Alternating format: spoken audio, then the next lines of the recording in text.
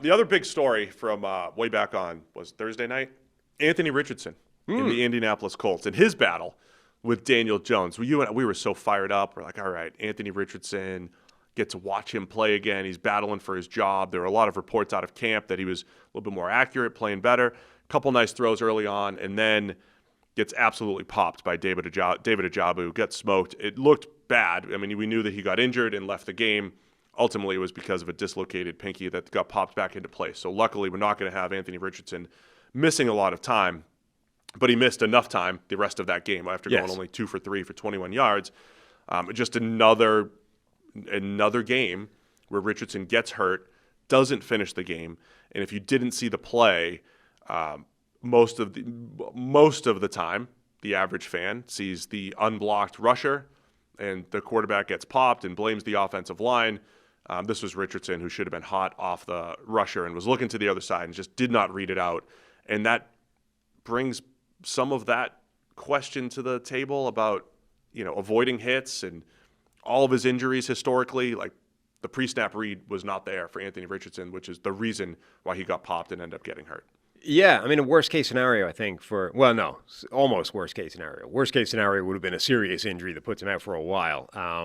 This is the next worst-case scenario, which is you got hurt again. It doesn't really matter what the degree of hurt is. The point is you went down in a game again and didn't finish it again at a time when your own staff is sort of saying, look, we can't rely on this guy playing 17 games. Well, you only made that worse.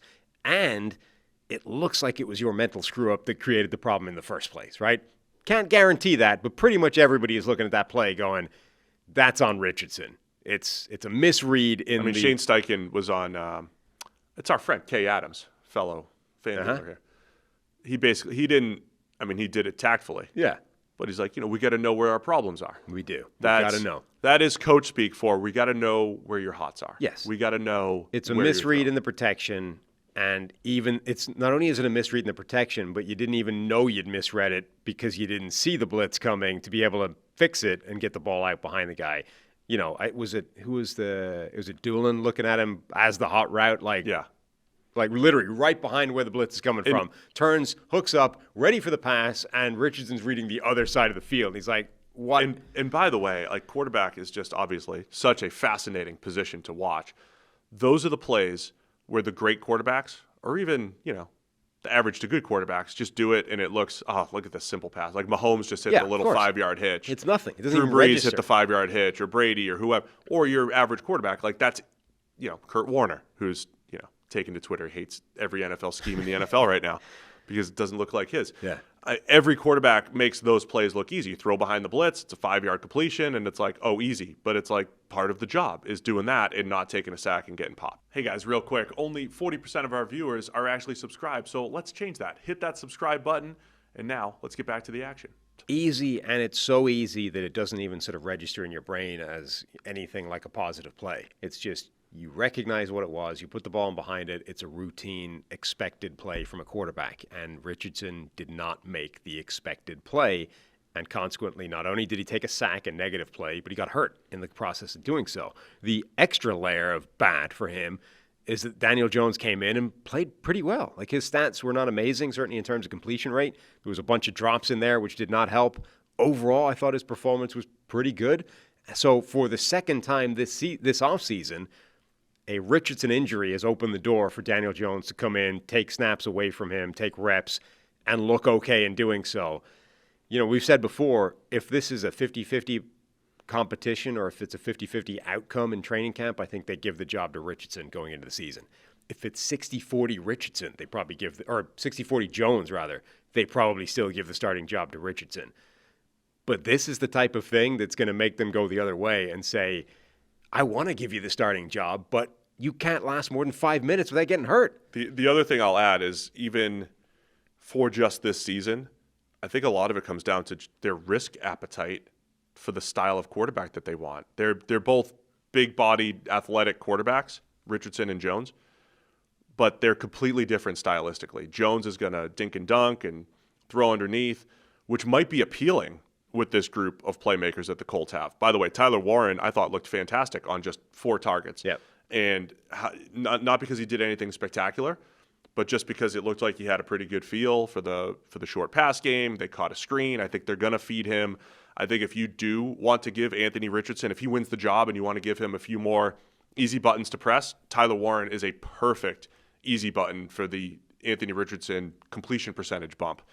But from a risk appetite standpoint, do you want the Daniel Jones going to run the offense, not going to create a ton of big plays, but, going to get the ball to the open man for the most part?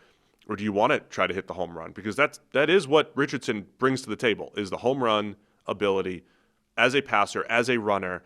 And if Tyler Warren and, say, Josh Downs, both of those guys have enough of the short area patrolling of the field to help, maybe you can extract a good season out of Richardson. But things like this are a setback, right? Misreading protection, misreading the blitz, getting injured again, an absolute setback in that development. We'll get to see him again. We got 2 more weeks here in this battle, and you and I are going to be down there. We're going to Colts camp this week. We'll have a full report as we go to Colts-Packers joint practice, God willing, of course. But that's the plan this Thursday. Nice. Great. Anything else on Richardson and Jones? No, as I said, I think Richardson can't keep opening the door like this, to Daniel Jones, because the Colts brass already sees him as this maybe brittle quarterback that they can't trust to stay healthy and play. Like, he's in the Jimmy Garoppolo world now. Completely different style, but the thing that really got Jimmy G on the chopping block for the 49ers is they couldn't trust him to play all season, even regardless of how well he was playing. And he was pretty good when he was out there. But there was a point where Jimmy G played like 48% of available snaps over a 5-year period. Richardson has been inconsistent when he's out there, flashes of good, and he's missed a huge chunk of the time. So, yes. The baseline of play was way higher for Jimmy G than it is so far for Anthony Richardson. But the point is, even just focusing on the injury record, they couldn't trust him anymore. Richardson is in that world now, and that would be one thing if there was nobody behind him on the depth chart to push him. But Jones is sitting there in what might be a 50-50 competition anyway, and every time you get hurt, it's just giving them one more opportunity to say, you know what, is it worth it? Let's just give Daniel Jones a starting gig. Thanks for watching all the way to the end of our video. Check the Mic is live every Monday, Wednesday, and Thursday, so be sure to hit this subscribe button so you don't miss a thing. The all-knowing algorithm is convinced that you'll like these videos as well, and frankly, who are we to argue?